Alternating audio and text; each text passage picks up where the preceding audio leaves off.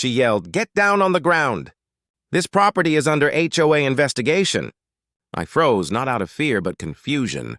There were 3 of them, wearing fake badges, standing in the middle of my ranch at dawn. The morning mist was still crawling across the fields, and their black SUV blocked my only exit. One of them had his hand resting on his belt like he was about to draw a weapon. But the way he stood, the way his eyes darted around, told me everything I needed to know. They weren't real cops. I kept my voice calm. "You sure you're on the right property?" I asked. The woman in front, probably the leader, smirked. She had that kind of cold confidence people fake when they've never actually been in danger. "This ranch belongs to the HOA now," she said, waving a clipboard with my address on it. "We're seizing it for unpaid dues and zoning violations." I couldn't help but laugh under my breath.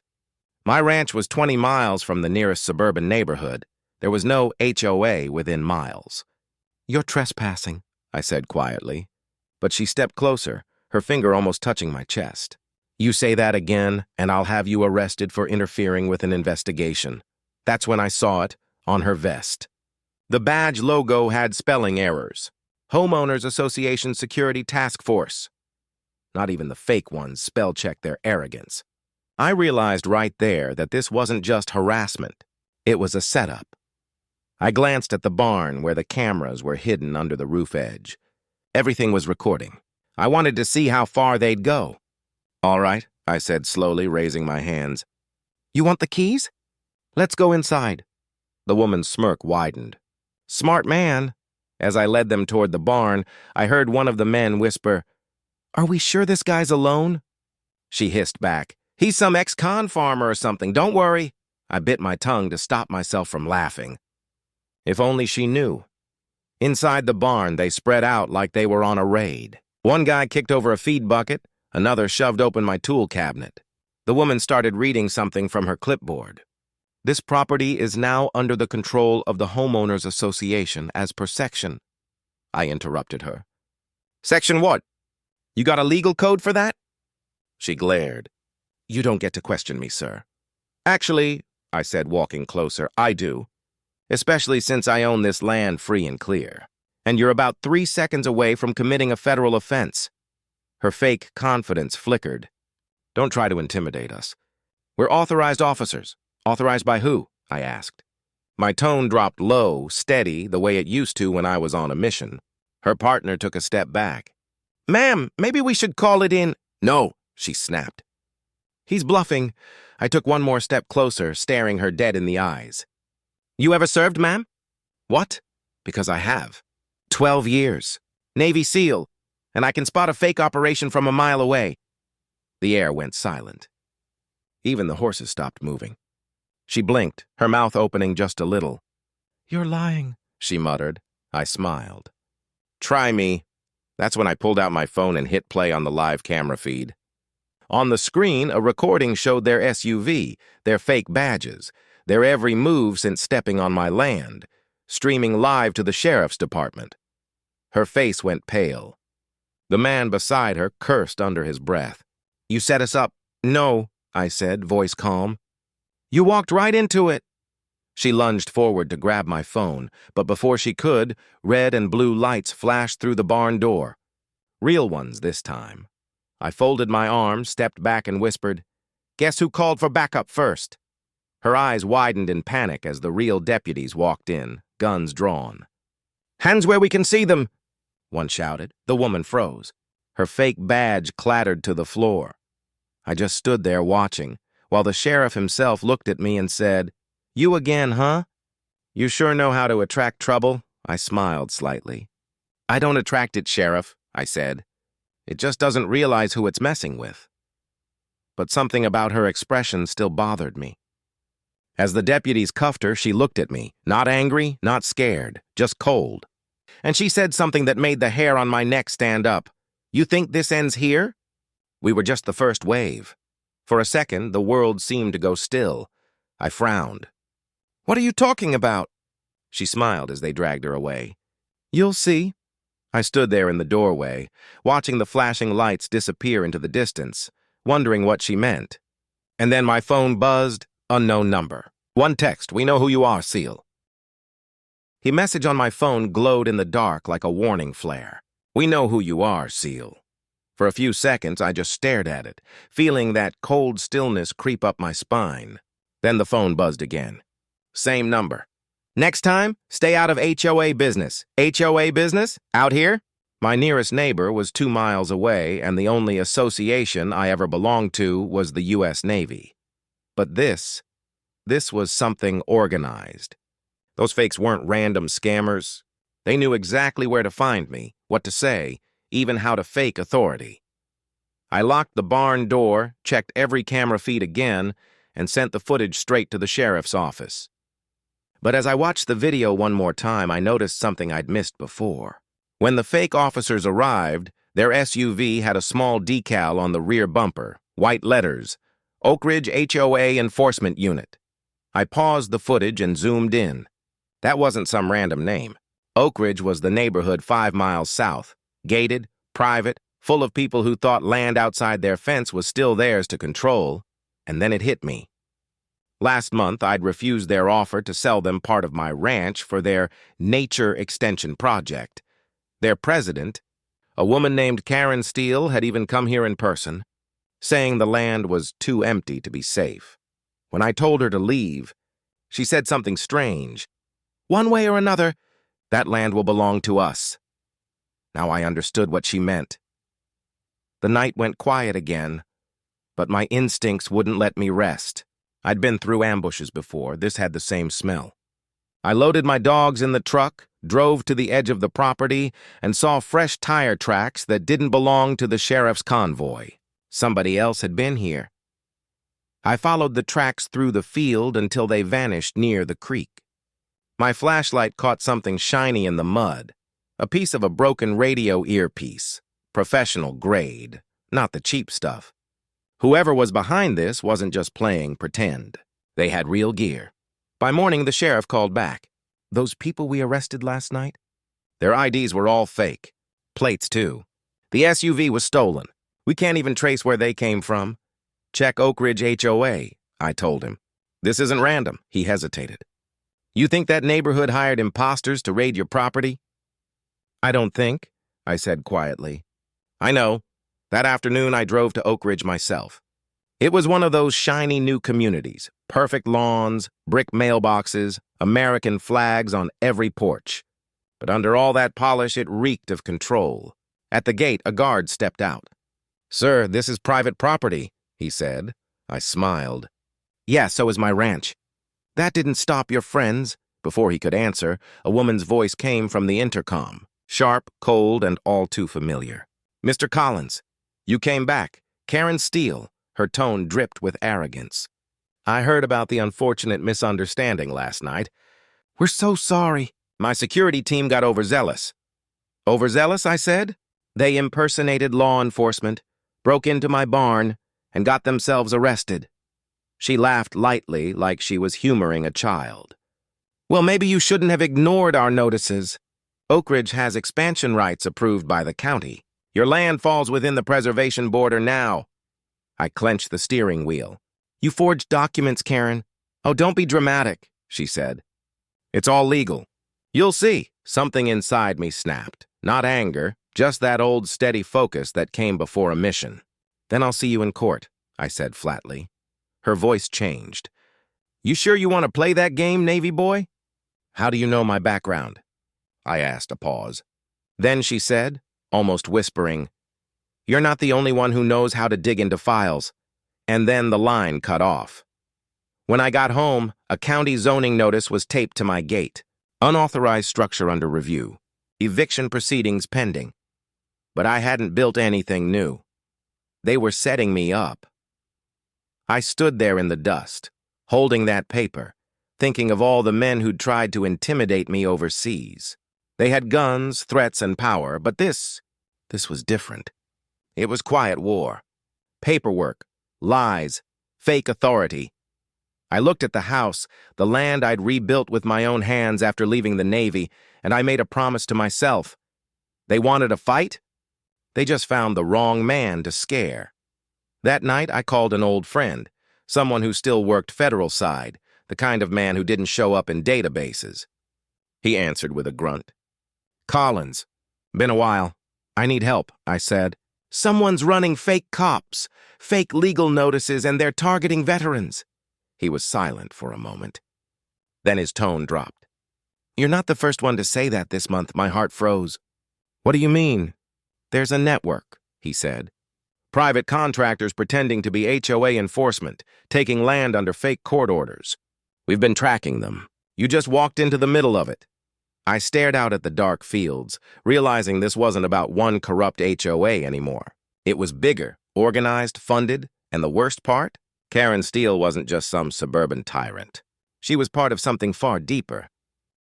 I didn't sleep that night. The air felt heavy, like a storm was hiding behind the hills. I sat on my porch with my old service pistol on the table and a mug of black coffee that had gone cold an hour ago. My phone lay beside me, screen dark, but I could almost feel eyes watching. Out there, in the dark fields. When dawn broke, I started digging. I called my contact again. His name was Hale, ex-FBI cyber unit, the kind of guy who lived in data centers more than daylight. He sent me a folder through a secure link.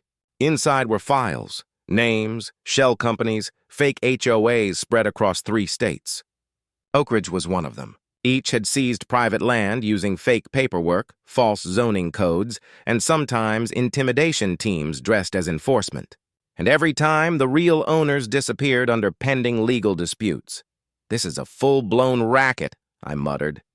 Hale's voice came through the line. It's deeper. We traced funding to a private real estate group called Urban Terra Holdings. Guess who sits on their board? I scrolled through the documents, and there she was. Karen Steele. A photo of her at a gala, smiling beside local politicians and county judges.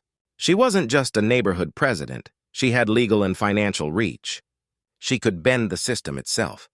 So she's the head of it? I asked. Not exactly. She's just one of their field operators. But she's aggressive. They send her to pressure small landowners, especially veterans. They think guys like you will avoid courts because you hate bureaucracy. They're not wrong, I said quietly. Listen, Collins, we're building a case, but we can't go public yet. They've got connections in county offices. You need to stay low until... A click cut him off. The line went dead. I checked the signal, jammed. That wasn't random interference. Someone was close. I grabbed my rifle and moved through the back door, silent as a shadow. My dogs were growling softly, their ears pinned. From the tree line near the barn, I saw the faint reflection of glass, a camera lens.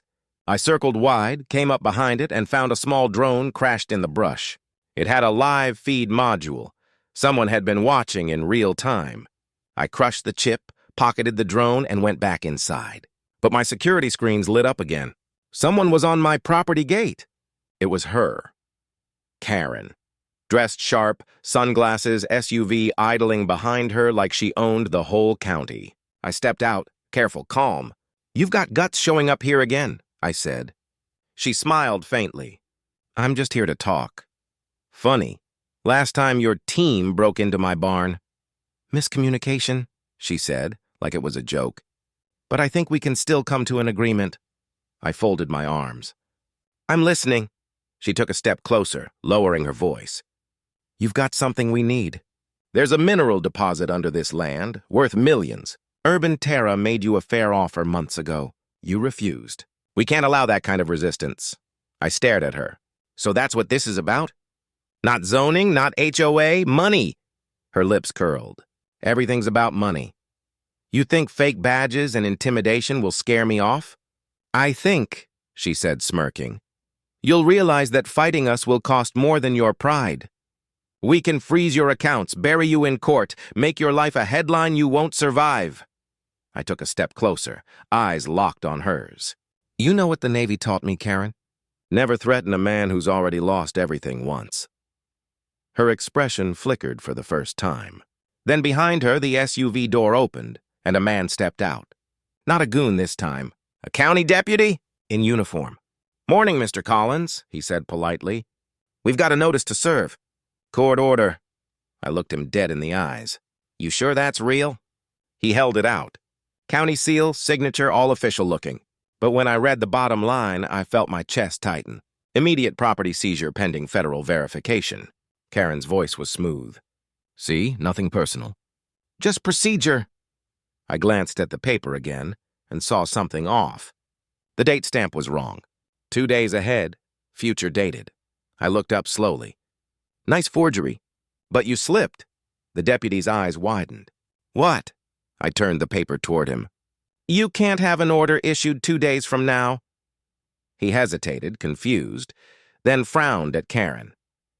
Ma'am, what's he talking about? Karen's jaw tightened. Just a clerical... But before she could finish, the real sheriff's truck rolled up the road, lights flashing. Karen's SUV driver cursed. Sheriff Daniels stepped out, hand on his holster. Morning, folks. Funny seeing everyone here again. He looked at the deputy. Who authorized that order? The man stammered. It came through the county server. No, it didn't, Daniels said. We've been monitoring all case filings. That's fake. Karen's voice sharpened. You can't prove... Oh, I can, the sheriff said. We traced the false warrants last night.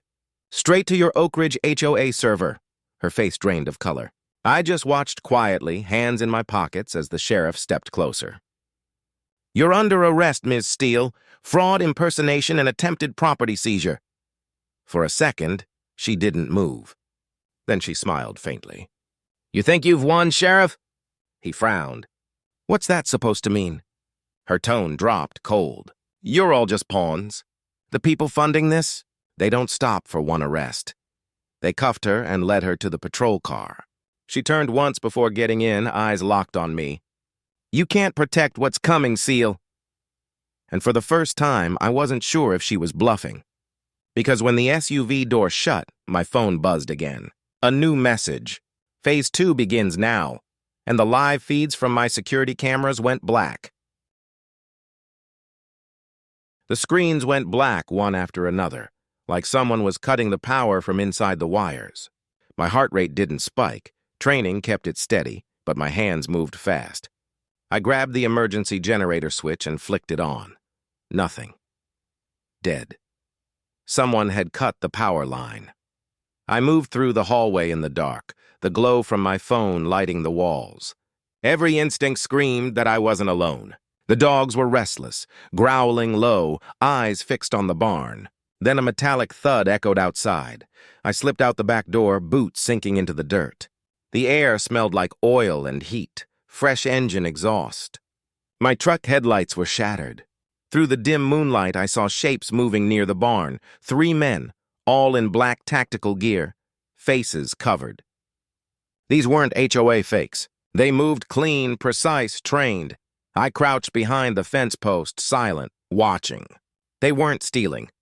They were planting something. I waited until one turned enough for me to see the label on his vest, UT Security Division. Urban Terra's private strike team. One of them spoke into a headset. Package ready. Confirm detonation window. Detonation, I didn't wait. I sprinted low and fast, closing the distance before they even heard me. The first man went down with a silent chokehold. The second turned, too slow. I caught him with an elbow to the throat. The third pulled his gun, but I grabbed his wrist and twisted it until the weapon dropped. He tried to reach for his comms, but I slammed him into the wall. Who sent you? I hissed. He spat blood, eyes burning with some kind of blind loyalty. It's bigger than you think, Seal. You were never supposed to see the files. Files? He grinned. They're already gone. Your contact, Hale? He's next. Before I could question him, his earpiece crackled. A voice came through. All units abort. Extraction in 30 seconds. Then I heard it. A drone's whine overhead. I dragged the man outside, but the drone dropped a flare, blinding white. By the time the smoke cleared, they were gone. I rushed inside the barn and saw the package they'd planted, wired to a detonator, blinking red.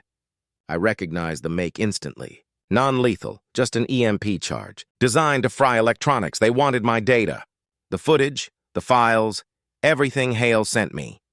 I yanked the power source out before it triggered, ripped open my hard drive tower, and found the chip still intact. But my satellite uplink was gone. I couldn't send anything, so I did it the old way. I drove. Through the night, through empty roads, past the silent town, straight to the sheriff's station. I slammed the drive on the counter. Keep this off your system, I told Daniels. They can trace it. He looked at me, eyes wide. What's going on, Collins? They're not just stealing land, I said. They're rewriting the records. County servers, property titles, even bank ledgers. They're wiping owners off the map and claiming everything under corporate development. Daniels frowned. That's national, I finished for him. Urban Terra's got people inside zoning, law enforcement, and courts. Karen was just one layer. He swallowed hard. You have proof? I pointed to the drive. Everything. He took it, locked it in a metal safe. I'll call in state authorities. I shook my head. No, federal only. Anyone local might be bought. As I turned to leave, his radio crackled. Sheriff, you better see this. Federal agents just arrived asking for a man named Collins. My blood ran cold. Outside, a black SUV with government plates rolled up. Two men in suits stepped out, badges flashing. Mr. Collins, one said firmly. We need to talk, Daniels whispered. They legit? I studied them, real badges but nervous eyes. We can talk here, I said carefully. The taller one opened a folder. You've been in contact with a known whistleblower named Hale. He's under federal protection. Last transmission came from your property. We need your copy of his data, I frowned. You mean the drive I just handed over? They both froze. One muttered into his earpiece, Confirm location vault. Then, from inside the station, an explosion rocked the floor. The safe. The sheriff stumbled out, coughing through smoke. They blew it. The two agents turned on me with guns drawn. Hands up, Collins! Now! I didn't move. You made one mistake, I said slowly. What's that? The tall one snapped. I smirked. You assumed that was the only copy. Their eyes widened a split second before the sound of rotors filled the air. A chopper descended behind the station, Hale leaning out the side, shouting, Get in!